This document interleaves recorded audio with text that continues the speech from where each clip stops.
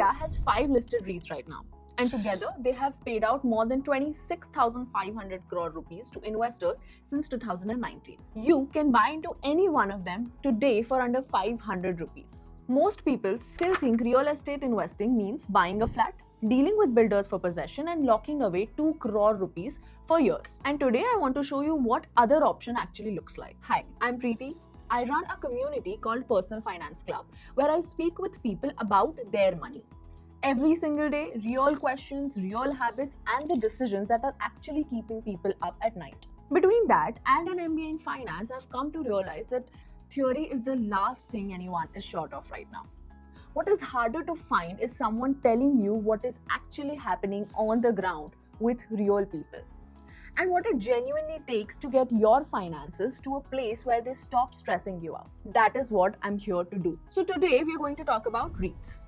A real estate investment trust pools money from thousands of investors, uses that money to buy large commercial properties like office buildings and malls, earns rent from the companies that occupy those spaces, and then distributes most of that money back to you. You own units in the trust. The trust owns the properties. Rent comes in and money goes out to you. Now, the part that makes this fundamentally different from buying a flat is that you can sell your units any trading day on the stock exchange, just like shares. No stamp duty, no registration, no negotiating with a builder, no tenant calling you at 11 p.m. And SEBI mandates that Indian REITs must distribute at least 90% of their distributable cash flows, or NDCF, to unit holders. So the income distribution is not discretionary, it is required by regulation. Now let's talk about how this started in India. SEBI first allowed REITs back in 2014. But almost for 5 years after that, nothing absolutely happened. The regulatory framework existed on paper, but the market could not get off the ground because of the tax ambiguity, stamp duty complications across the states, and the difficulty of getting large institutional sponsors to be the first mover on something untested in India. That changed on April 1st, 2019, when Embassy Office Parks REIT became India's first publicly listed REIT. The IPO was priced at Rs 300 per unit, raised Rs 4,750 crore, and was subscribed 2.57 times. The sponsors were the Embassy Group and Blackstone.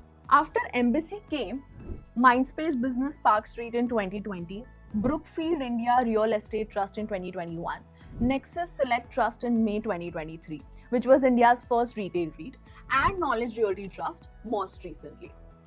SEBI also introduced the SM REIT framework in March 2024, which allows smaller income generating properties to enter this structure with a minimum asset size of 50 crore rupees per scheme. The market is still growing. Now let's understand how your money actually flows into this. REITs hold their properties through what are called SPVs, which are special purpose vehicles, which are essentially separate legal boxes. The trust holds stakes in these SPVs. The SPVs own the physical buildings, rent flows from tenants into the SPVs, then up to the trust, and then out to you as distributions. Those distributions come classified into 4 components: interest on loans from the trust to its SPVs, dividend from the SPVs, rent, and return of capital. Each one is taxed differently, and I will get to it in a bit. But before that, on regulation, 80% of REIT assets must be in completed income generating properties. Properties are independently valued at least every 6 months, and disclosures are mandatory and regular. For a relatively new asset class in India, the governance structure is genuinely robust. Now, let me walk you through the 4 established REITs with actual numbers so you know what you are actually looking at. Embassy Office Parks REIT, India's first and still the largest, with 51.1 million square feet of office spaces across Bangalore, Mumbai, Pune, NCR, and Chennai. Listed in April 2019 at 300 rupees, and now it trades around rupees 447 today. In financial year 2025, distribution was rupees 23.01 per unit, which exceeded the midpoint of their own guidance range. And the management is guiding 93 to 94% occupancy for the financial year 2026 versus 91% in FY25.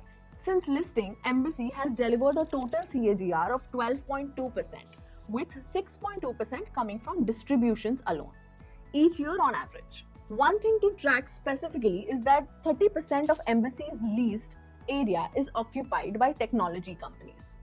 And the top 10 tenants account for 38% of its total rental income. That concentration means if IT sector demands soften significantly, Embassy is one that feels it most directly. The next one is Mindspace Business Parks REIT. Business parks in Mumbai, Hyderabad, Pune, and Chennai are trading around Rs 472. Since listing, it has delivered a total CAGR of 16.3%, with about 5.7% from distributions and 10.6% from price appreciation. Committed occupancy reached 94.5% in the Q3 of FY26. It has been a strong beneficiary of GCC demand, which I will come to in a moment. Now the next one is Brookfield India Real Estate Trust, sponsored by Brookfield Asset Management and the only 100% institutionally managed office REIT in India, with assets in Mumbai, Gurugram, Noida, Kolkata and Delhi. The unit trades at around 335 rupees. What stands out is the occupancy trajectory. Committed occupancy was at 80% in December 2023 and has climbed steadily to 92% by December 2025. A 12% point improvement in 2 years. Since listing, total CAGR is 10.4%, with a distribution yield averaging 6.7% per year, the highest among all 4 REITs. Now the next one is Nexus Select Trust, which is India's first and only listed retail REIT. A 19 grade A malls across 15 cities, 10.6 million square feet, and it is Blackstone backed. IPO was at 100 rupees in May 2023, subscribed 5.5 times, and the unit trades around rupees 158 today. Mall occupancy has held at 97% for 10 consecutive quarters since listing. Net operating income grew 14% year on year in Q2 of financial year 2026. Since listing, it has delivered a total CAGR of 25.4%, with 6.3% from distributions and a remarkable 19.1% from price appreciation, making it the strongest performer of the 4. The key thing to understand about Nexus versus the office REITs is that its performance depends entirely on people going to malls and spending money. It is a consumption story, not an office demand story. So the tailwinds and risks are completely different.